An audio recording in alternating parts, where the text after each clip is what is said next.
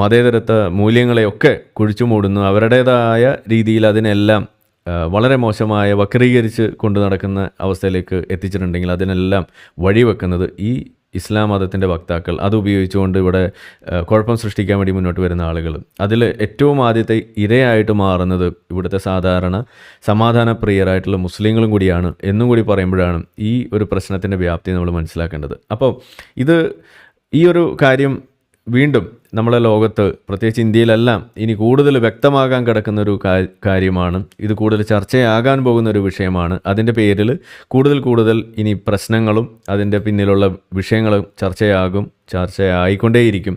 അതുവഴി ഇത് ഏതെങ്കിലും ഒരു ഘട്ടത്തിലേക്ക് ഇത് ചെന്ന് അവസാനിക്കും. ഒന്നുകിൽ ഇത് പൂർണ്ണമായ തകർച്ച, അതല്ല എന്നുണ്ടെങ്കിൽ ഇത് തകർന്ന് നേരെയാകുന്ന ഒരു അവസ്ഥ. എന്തായാലും തനിയെ നേരെയാകാൻ പോകുന്നില്ല എന്നതാണ് എൻ്റെ ഒരു കാഴ്ചപ്പാട്, ഒരു അനുമാനം എന്ന് പറയുന്നത്. നമുക്ക്